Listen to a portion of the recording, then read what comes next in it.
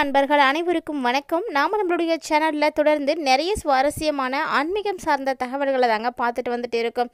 அந்த வரிசையில் இன்னைக்கு நம்ம பார்க்கக்கூடியது வரக்கூடிய மார்ச் 29ஆம் தேதியன்று நிகழக்கூடிய அற்புதமான அரிய வகை கிரகணமாக பார்க்கப்படக்கூடிய சூரிய கிரகணமானது என்ன மாதிரியான தாக்கங்களை எல்லாம் இந்த மகர ராசி நேயர்களுக்கு ஏற்படுத்தி கொடுக்க இருக்காங்க.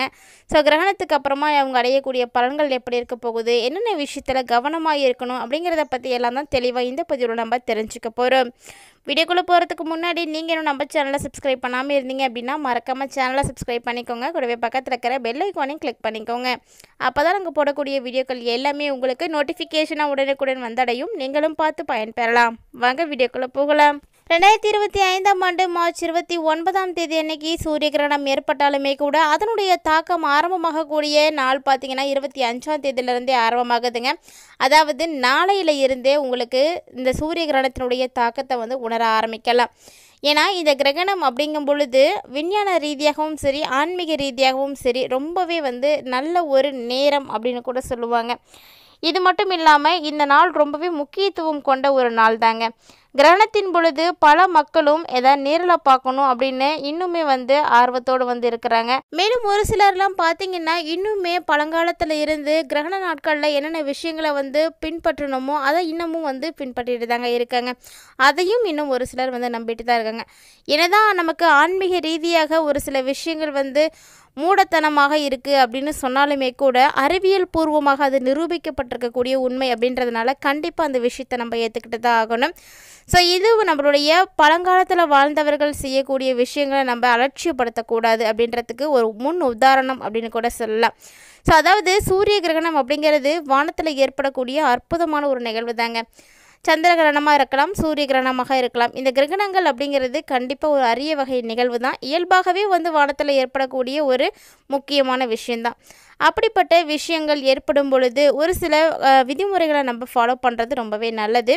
அதனால் நமக்கு கிரகணத்தால் ஏற்படக்கூடிய தோஷங்கள்லேருந்து நம்மளால் விடுபட முடியும். அந்த வகையில் பார்த்தீங்கன்னா இந்த ஆண்டு நிகழக்கூடிய கிரகணம் அதாவது மார்ச் 29ஆம் தேதி அன்னைக்கு நிகழக்கூடிய சூரிய கிரகணம் ஆண்டினுடைய முதல் சூரிய கிரகணங்க. மொத்தமாகவே இந்த 2025 4 கிரகணங்கள் தான் உருவாக இருக்குது. ஸோ இயல்பாக ஒவ்வொரு ஆண்டுமே 4 கிரகணங்கள் தான் இருக்கும். அதிகபட்சம் ஏதாவது ஒரு ஆண்டில் 5 கிரகணங்களானது உருவாகலாம். ஸோ ஆனால் இந்த ஆண்டு பார்த்திங்கன்னா 4 கிரகணங்கள் தான் இருக்குது. அதாவது 2 சந்திர கிரகணங்கள், 2 சூரிய கிரகணங்கள், இப்படி 4 கிரகணங்கள் இந்த ஆண்டு உருவானாலுமே கூட நம்மளால் ஒரே ஒரு கிரகணத்தை மட்டும்தான் பார்க்க முடியும். அதாவது சொல்லப்போனால் இந்தியாவில் ஒரு கிரகணம் தான் தெரியும். அது அடுத்து வரக்கூடிய சந்திர கிரகணம் தாங்க. இப்போது பார்த்தீங்கன்னா முதல்ல ஏற்பட்டு முடிஞ்சிருக்கக்கூடிய மார்ச் 13ஆம் தேதி அன்னைக்கு சமீபத்தில் முடிஞ்ச அந்த சந்திர கிரகணத்தை கூட நம்மளால் பார்க்க முடியல. அதே போல் தான் இப்போ வர 29ஆம் தேதி ஏற்பட இருக்கக்கூடிய இந்த சூரிய கிரகணத்தையும் நம்மளால் பார்க்க முடியாது. அடுத்து வரக்கூடிய சந்திர கிரகணத்தை பார்க்கலாம். அதுக்கு அப்புறமா வரக்கூடிய சூரிய கிரகணத்தையும் நம்மளால் பார்க்க முடியாது. சூரியனுக்கும் பூமிக்கும் இடையே சந்திரன் வரும்பொழுது தாங்க இந்த கிரகணமானது ஏற்படுது. ஸோ அது மட்டும் இல்லாமல் இந்த ஆண்டு நிகழக்கூடிய சூரிய கிரகணம் ஒரு பகுதி நேர கிரகணமாக தான் இருக்குது. இந்த ஆண்டு நிகழக்கூடிய கிரகணம் இந்திய நேரப்படி எப்போ ஆரம்பமாகுது அப்படின்றத கண்டிப்பாக நம்ம தெரிஞ்சுக்கிட்டாகணும். ஏன்னா அது தெரிஞ்சால் மட்டும்தான் அந்த டைமில் நம்மளால் சேஃபாக இருக்க முடியும். ஸோ அந்த வரிசையில் பார்த்திங்கன்னா இந்த ஆண்டு நிகழக்கூடிய இந்த கிரகணமானது கரெக்டாக இந்திய நேரப்படி மார்ச் 29ஆம் தேதி சனிக்கிழமை அன்னைக்கு பிற்பகல் 2:20 ஆரம்பமாகுதுங்க. கூடவே பார்த்தீங்கன்னா இந்த கிரகணம் 4:14 உச்சமும் அடையுது. உச்சமடைந்த இந்த கிரகணமானது மாலை 6:13 தாங்க நிறைவடையுது. ஸோ இந்த சூரிய கிரகணத்தை இந்தியாவில் பார்க்க முடியாது. இருந்தாலுமே ஆன்மீக ரீதியாக சூரிய கிரகணம் அப்படிங்கிறது பகல் பொழுதில் தான் ஏற்படுது. ஸோ முக்கியத்துவம் வாய்ந்த ஒரு நாளாக தான் இருக்குது. இந்த நாளில் ஒரு சில குறிப்பிட்ட விஷயங்களை நம்ம முறைப்படி ஃபாலோ பண்ணிக்கணும் அப்படின்னு பெரியவர்களெல்லாம் சொல்லுவாங்க.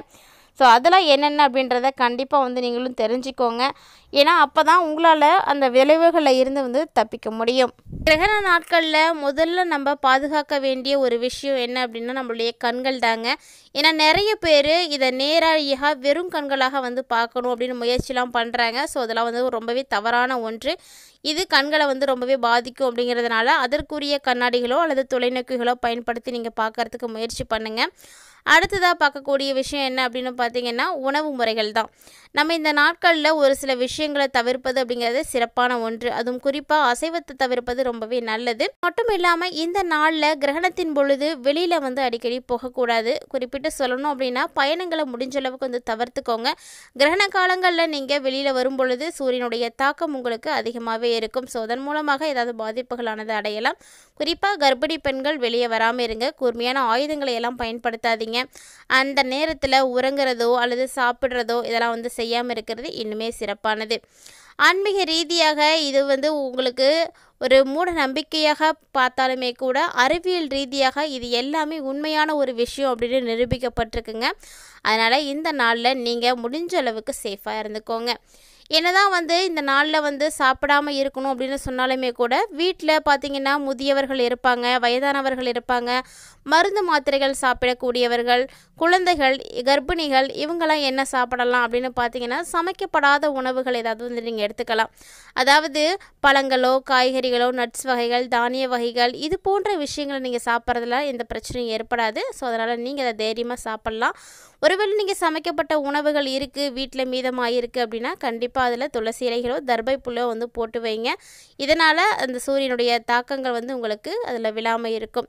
ஸோ இது போல் சின்ன சின்ன விஷயங்களை நம்ம சரியாக பார்த்துக்கிட்டோம் அப்படின்னாலே போதுங்க. கண்டிப்பாக கிரகணம் முடிஞ்சதுக்கு அப்புறமா நம்முடைய உடலையும் வீட்டையும் தூய்மை செய்வது ரொம்ப ரொம்ப முக்கியமான ஒன்று. ஸோ இதெல்லாம் யாரெல்லாம் கரெக்டாக ஃபாலோ பண்ணுவீங்க அப்படின்றத மறக்காமல் கமெண்ட் செக்ஷனில் வந்து கமெண்ட் பண்ணுங்கள். இது மட்டும் இல்லாமல் இந்த நாட்களில் நம்ம ஆன்மீக ரீதியாக ஜபங்கள் செய்வது ரொம்ப ரொம்ப சிறப்பானது.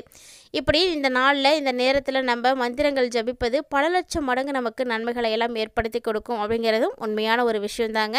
ஸோ அந்த நாளில் முடிஞ்சால் உங்களுடைய இஷ்ட தெய்வங்கள் எதுவாக இருந்தாலும் நீங்கள் வீட்டில் இருந்து வழிபாடுகள் செய்யலாம். ஏன்னா கோவில் கதவுகள் எல்லாம் மூடப்பட்டிருக்கும், கோவில்கள் வந்து திறக்க மாட்டாங்க. ஆன்மீக ரீதியாக இந்த ஒரு எளிமையான விஷயத்தை அந்த நேரத்தில் உங்களுடைய வீட்டில் இருந்து செய்யும் பொழுது நிறைய பலன்கள் உங்களுக்கு வந்து கிடைக்கும். ஏன்னா கிரகண நேரம் அப்படிங்கிறது ரொம்பவே சக்தி வாய்ந்த நேரம். அந்த நேரத்தில் நீங்கள் ஜபிக்கப்படக்கூடிய ஜபங்களானதும் மந்திரங்களானதும் உங்களுடைய வேண்டுதல்களையும் கோரிக்கைகளையும் உடனடியாக நிறைவேற்றி கொடுக்கும் அப்படிங்கிறதாங்க உண்மையான ஒரு விஷயம். ஸோ அதுக்காக தான் வந்து ஜபங்கள் செய்யுங்க அப்படின்னு சொல்கிறது. அப்படிப்பட்ட சிறப்பு மிக்க நாளாக வரக்கூடிய மார்ச் 29ஆம் தேதி அன்று நவகிரகங்களின் சிறப்பாக பார்க்கப்படக்கூடிய சனிப்பெயர்ச்சி வந்து ஏற்பட இருக்குங்க. ஸோ ரொம்பவே அற்புதமான ஒரு நாளாக தான் இந்த நாள் இருக்குது. இந்த நாளில் பார்த்திங்கன்னா மொத்தமாக 6 கிரகங்களுடைய சேர்க்கை மீனராசியில் வந்து ஏற்பட்டிருக்கு. இந்த 6 கிரகங்களுடைய சேர்க்கையுமே மகர ராசி நேயர்களுக்கு நிறைய மாற்றங்களை வந்து ஏற்படுத்தி கொடுக்குதுங்க. வாங்க என்ன மாதிரியான பலன்களை எல்லாம் அடைய இருக்காங்க அப்படின்றதையும் தெரிஞ்சுக்கலாம். மகர ராசி நேயர்களை பொறுத்த வரைக்கும் இந்த காலகட்டங்களில் ஒரு கலவையான பலன்கள் தாங்க உங்களுக்கு வந்து கிடைக்க இருக்கு. ஸோ மேலும் பார்த்தீங்கன்னா இந்த நாட்களில் உங்களுடைய உடல் நலம் மற்றும் உறவுகளை எல்லாம் பராமரிக்கிறதுல நீங்கள் அதிக அளவு கவனத்தை வந்து செலுத்தணும். இல்லாவிட்டால் இதெல்லாம் நீங்கள் மிகப்பெரிய பிரச்சனைகளையும் பாதிப்புகளையும் வந்து பார்க்க வேண்டியிருக்கும். மேலும் உங்களுடைய அன்புக்குரியவரோட தவறான புரிதல்களானது ஏற்படலாங்க. அதனால் உங்களுக்கு சின்ன சின்ன தகராறுகள் கூட ஏற்படும், மன வருத்தமானது நீங்கள் அடைவீங்க. ஸோ வீட்டில் இருக்கக்கூடியவங்க, குடும்பம் மற்றும் பணியிடத்தில் இருக்கக்கூடியவர்கள் எல்லாருமே பார்த்திங்கன்னா ரொம்பவே கவனமாக இருக்கணும். கிட்டத்தட்ட பார்த்திங்கன்னா மகர ராசி என்பவர்களுக்கு இந்த காலகட்டங்களில் கோபங்களை தவிர்ப்பது அப்படிங்கிறது ரொம்ப ரொம்ப முக்கியமானது. அதுவும் சொத்து தொடர்பான நீதிமன்ற விஷயத்துலலாம் ரொம்பவே நீங்கள் கவனமாக இருக்கணுங்க. இல்லைனா அதில் உங்களுக்கு பிரச்சனைகள் தான் உருவாகும். மேலும் ஒரு சில விஷயங்கள்லாம் பெரியவர்கள்ட்ட உதவியானது கேட்டிங்க அப்படின்னா அவங்க மூலிமா உங்களுக்கு உதவிகள் கிடைக்கும். அவங்களுடைய ஆலோசனைகள் கூட உங்களுக்கு ஒரு உதவியாக இருக்கலாம். ஸோ உங்களுக்கு என்ன விஷயம் தெரியலையோ அதை கண்டிப்பாக வீட்டில் இருக்கக்கூடியவங்கள்ட்டையோ அல்லது உங்களுடைய நலம் விரும்பிகள்கிட்டையோ நீங்கள் சஜஷன் வாங்கிக்கிறதுனால தவறு கிடையாது. ஸோ தெரியாத ஒன்றை கேட்டு தெரிஞ்சுக்கிறதுல எப்போவுமே வந்து கூச்சப்படாதீங்க. இதனால் உங்களுக்கு நல்ல ஒரு பலன்களும் வந்து கிடைக்கும். மேலும் இந்த நாட்களில் வணிகம் இல்லைனா தொழில் தொடர்பான திட்டத்தில் உங்களுடைய பணத்தை முதலீடு செய்யக்கூடிய விஷயம் இது போன்ற விஷயங்கள் எல்லாம் நீங்கள் ரொம்ப ரொம்ப கவனமாக தாங்க இருக்கணும். சொல்லப்போனால் இந்த நாட்களில் எந்த ஒரு ஆவணத்திலையும் நீங்கள் கையெழுத்திடுவதற்கு முன்பு அதை முழுமையாக படித்து பார்த்துட்டு அதில் எந்த விதமான பிரச்சனைகளும் இல்லை அப்படின்ற பட்சத்தில் நீங்கள் பண பரிவர்த்தனைகள் எல்லாம் செய்துக்கலாம். வேலைவாய்ப்பு தொடர்பான விஷயங்களையும் எந்த ஒரு வாய்ப்பையுமே நீங்கள் விட்டுறாதீங்க. எல்லாத்துலேயும் வந்து முயற்சி பண்ணுங்கள். மேலதிகாரிகளோட சிறந்த ஒருங்கிணைப்பு உங்களுக்கு இருக்கிறதுனால கண்டிப்பாக உங்களால் எல்லா வேலைகளையும் வந்து அடைய முடியும்.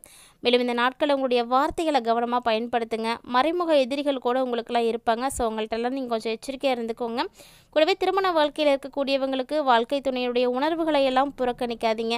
அவங்களுக்கு கொஞ்சம் ஸ்பேஸ் கொடுங்க. அவங்களுடைய கருத்துக்களுக்கும் நீங்கள் உரிமை கொடுக்கறதுனால இல்லறம் சிறப்பாக இருக்கிறதுக்கு ரொம்பவே உதவியாக இருக்கும்.